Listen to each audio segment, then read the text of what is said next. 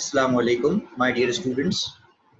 आज हम chapter 8 exercise 8B से रिलेटेड लास्ट टॉपिक इस चैप्टर का डिस्कस करने जा रहे हैं, जिसमें हम बात करेंगे रिवर्स परसेंटेज इन्वॉल्विंग डिक्रीज की। हमने अपनी प्रीवियस वीडियो में रिवर्स परसेंटेज इन्वॉल्विंग इंक्रीज का कॉन्सेप्ट डिस्कस किया था।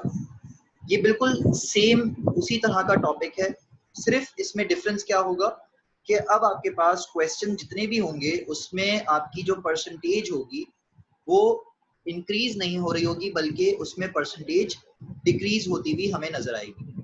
तो जहां पर भी परसेंटेज डिक्रीज का कॉन्सेप्ट यूज होगा उसमें हम इस तरह की जो वर्किंग करेंगे बिल्कुल सेम वर्किंग उसी तरह से करेंगे, लेकिन हम इनको डिस्कस कर लेते हैं। हमने जैसे कि डिस्कस किया था कि रिवर्स परसेंटेज का कॉन्सेप्ट क्या कहता है कि आपके पास एक परसेंटेज है और एक क्वांटिटी है। आपको क्या करना होता है कि उस परसेंटेज को उस क्वांटिटी पर अप्लाई करके फाइंड आउट करना होता है एक आंसर। लेकिन रिवर्स परसेंटेज का कॉन्सेप्ट क्या कहता है कि आपको आंसर पता है, लेकिन वो ओरिजिनल नंबर जो क्वांटिटी थी जिस पर आपने परसेंटेज अप्लाई किया वो आपको नहीं पता।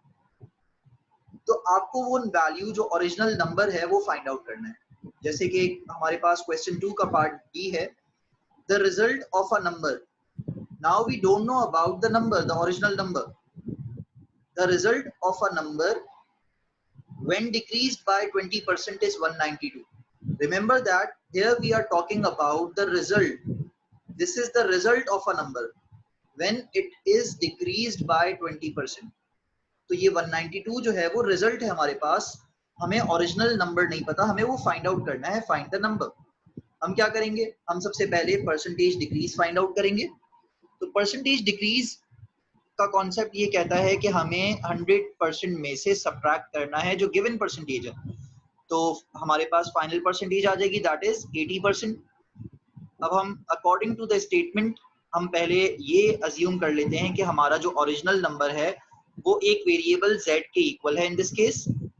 तो हम इस स्टेटमेंट को इस तरह से लिख सकते हैं कि 80% of a number is equal to 192।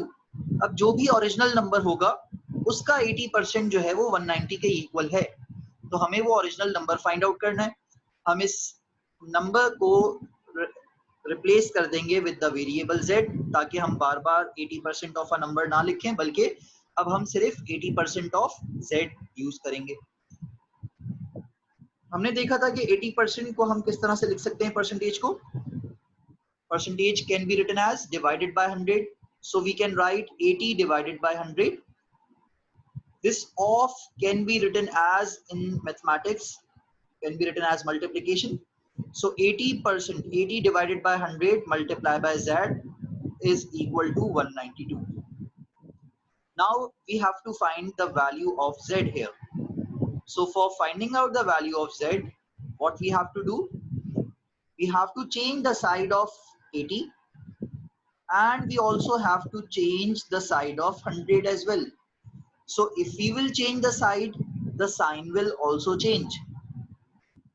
अगर हम यहाँ पर 80 की साइड चेंज करेंगे, आप जैसे कि देख सकते हैं कि 80 और z दोनों न्यूमरेटर में लिखे हैं। तो जब 80 की साइड चेंज करेंगे तो 80 और z मल्टीप्लाई हो रहे हैं, तो ऑन द अदर साइड 80 क्या हो जाएगा, डिवाइड हो जाएगा। जब हम दूसरी साइड पर लेकर जाएंगे तो 80 डिवाइड हो जाएगा विद द न्यूमरेटर वैल्यू, और 100 यहाँ डिवाइड हो रहा है विद z और 80, तो on the other hand it will be multiplied on the other side. अब वो किससे मल्टीप्लाई होगा, 100 यहाँ डिनोमिनेटर में लिखा हुआ था तो वहां जाकर न्यूमरेटर से मल्टीप्लाई हो जाएगा। तो हम ये देख सकते हैं कि अब हमारे पास इक्वेशन क्या बन गई, z is equal to 192 multiply by 100 divided by 80। आप यहाँ देख सकते हैं कि अब 80 डिवाइड हो रहा है विद द न्यूमरेटर और 100 मल्टीप्लाई हो रहा है विद द न्यूमरेटर। तो आप इसको सॉल्व किस तरह से करेंगे, आपको पता है कि बॉडमास रूल क्या कहता है, सबसे पहले हमें डिवीजन का प्रोसेस सॉल्व करना होगा। सो 80 divided by 100 divided by 80 you will get the answer of 1.25।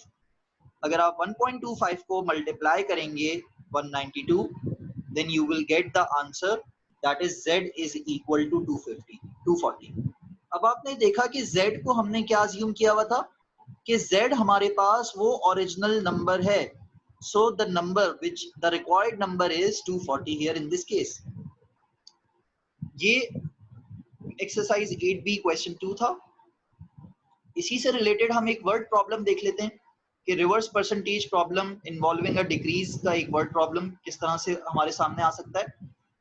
अब यहाँ कहा है कि एक बिल था, उसकी एक ओरिजिनल अमाउंट थी, उस बिल में से 6% जो है वो डिडक्ट हुआ, तो कितने बच गए? जब 6% उस ओरिजिनल अमाउंट से डिडक्ट हुआ तो $282 जो है वो रिमेन्स टू बी पेड है, अभी रहते हैं वो पे करने के लिए। How much is the original bill? आपसे ओरिजिनल बिल पूछा जा रहा है, तो अगेन हम क्या करेंगे, सबसे पहले हमें परसेंटेज गिवन है, उस गिवन परसेंटेज से हम फाइनल परसेंटेज फाइंड आउट कर लेंगे। फिर हमने कहा कि जो हमारा ओरिजिनल बिल है हम उसको एक वेरिएबल सपोज कर लेते हैं। यहाँ हमने वेरिएबल कोई और डिफरेंट सपोज कर लिया, ABCD आप कुछ भी सपोज कर सकते थे। अब स्टेटमेंट हमारी क्या कह रही है कि जो 90% ऑफ द ओरिजिनल बिल है उसकी अमाउंट कितनी है? 282, क्योंकि 6% जब ओरिजिनल अमाउंट से डिडक्ट हुआ तो बचा कितना था, रिमेनिंग कितना था, $282 बचे थे। तो 94% ऑफ द ओरिजिनल बिल हमारे पास ये अमाउंट है जो कि आंसर में आ सकती थी, लेकिन हमें ओरिजिनल बिल की वैल्यू चाहिए, तो हमने ओरिजिनल बिल को रिप्लेस कर दिया विद वेरिएबल। अब हम देख सकते हैं कि इसको सॉल्व करना कितना आसान है, हमने ऑलरेडी सीखा हुआ है।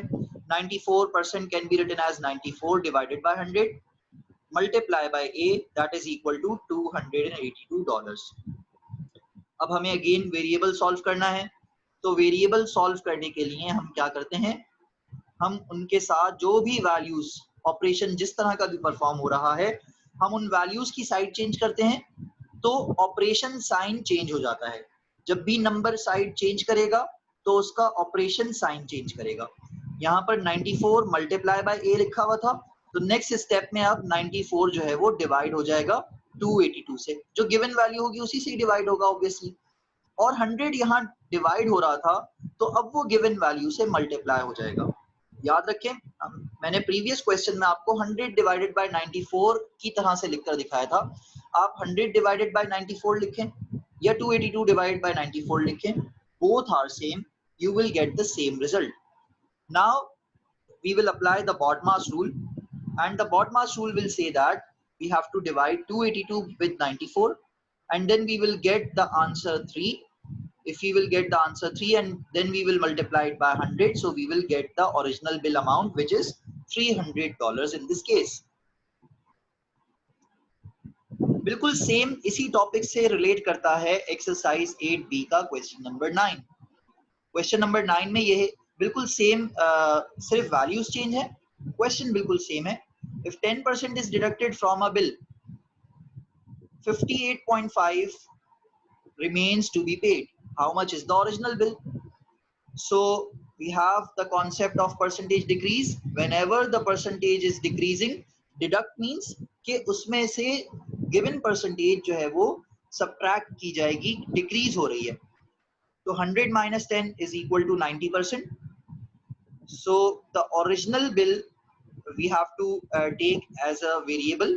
Let the original bill is equal to A. Now the statement will become 90% of the original bill, that is equal to 58.5. अगर हम solve करेंगे with the same method, we have to apply the same rule, same methods which we have understood in the previous questions. So here we want to find the value of A. तो A की value find out करने के लिए हमें इसको बिल्कुल अकेला छोड़ना होगा, इसके साथ जो भी नंबर्स लिखे हुए हैं उनको हम मल्टीप्लाई, अगर हो रहा है तो डिवाइड कर देंगे, डिवाइड हो रहा है तो मल्टीप्लाई कर देंगे, या फिर हम इस तरह कह सकते हैं अगर कोई चीज न्यूमरेटर में लिखी है और वो मल्टीप्लाई हो रही है with this number, with this value, तो वो अब चेंज होकर डायरेक्शन चेंज कर देगी अपनी, वो चली जाएगी डिनोमिनेटर में।